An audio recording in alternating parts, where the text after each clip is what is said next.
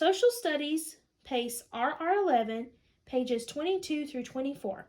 Jesus is alive. Last week we learned that God had a special plan. Jesus obeyed God's special plan. Jesus died on the cross. Jesus died for the sins of the world. Jesus died for you and me.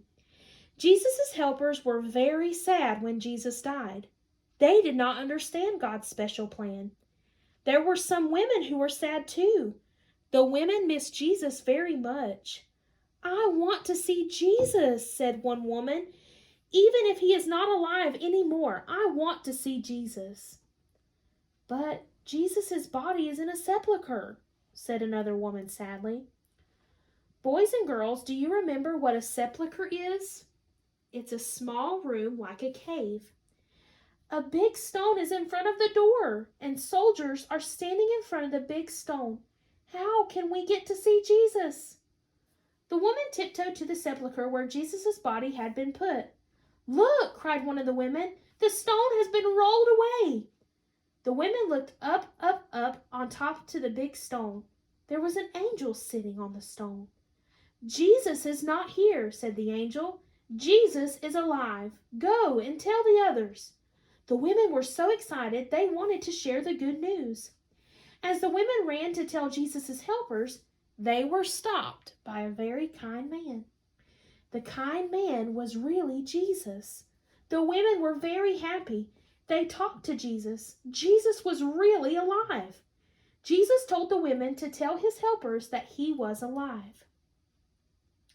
The women ran as fast as they could, and they found Jesus' helpers together in a big room. "Jesus is alive!" cried the woman as they ran into the room. "Jesus is alive!" But the helpers did not smile. The helpers did not get excited. "Jesus cannot be alive," said the helpers. "You must be wrong." The helpers did not believe. The helpers were very sad. Then, that very evening, something wonderful happened in the helpers' room. A visitor came to the helpers' room. The visitor was a special man. He was kind and strong. The man was wise and good. "Do not be sad," said the man to the helpers. The helpers looked at the man and listened to the man. Then the helpers were amazed. "This man is Jesus. Jesus is alive." "You are alive again?" said the helpers. "Just like the women said, you really are alive." The helpers talked excitedly to Jesus. They were not sad anymore. They were so happy. All except Thomas.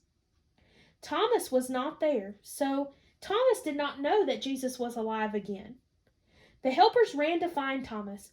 "Oh, Thomas," cried the helpers, "we saw Jesus. He is alive. Jesus is alive just like the women said." But Thomas did not believe. Thomas was very sad. "You must be dreaming," said sad Thomas. "I would have to touch Jesus before I'd believe he's alive." Clump, clump. Thomas walked away.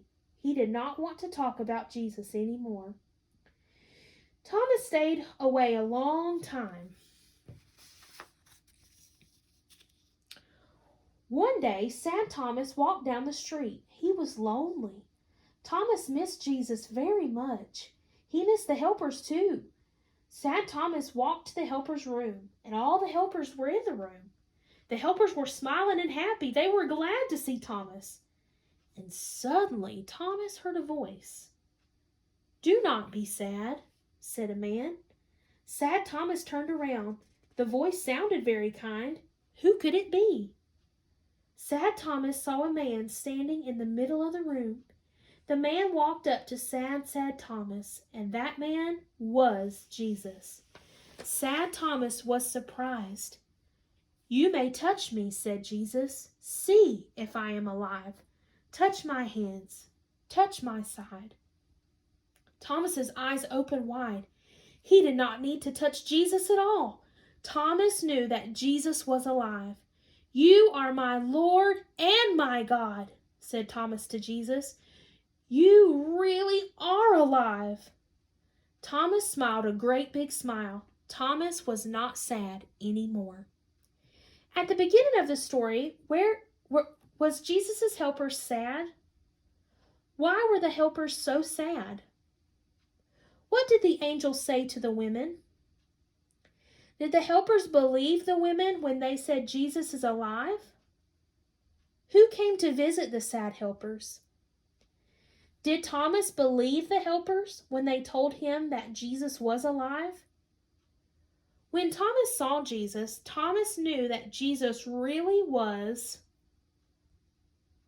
That's right, Jesus is alive.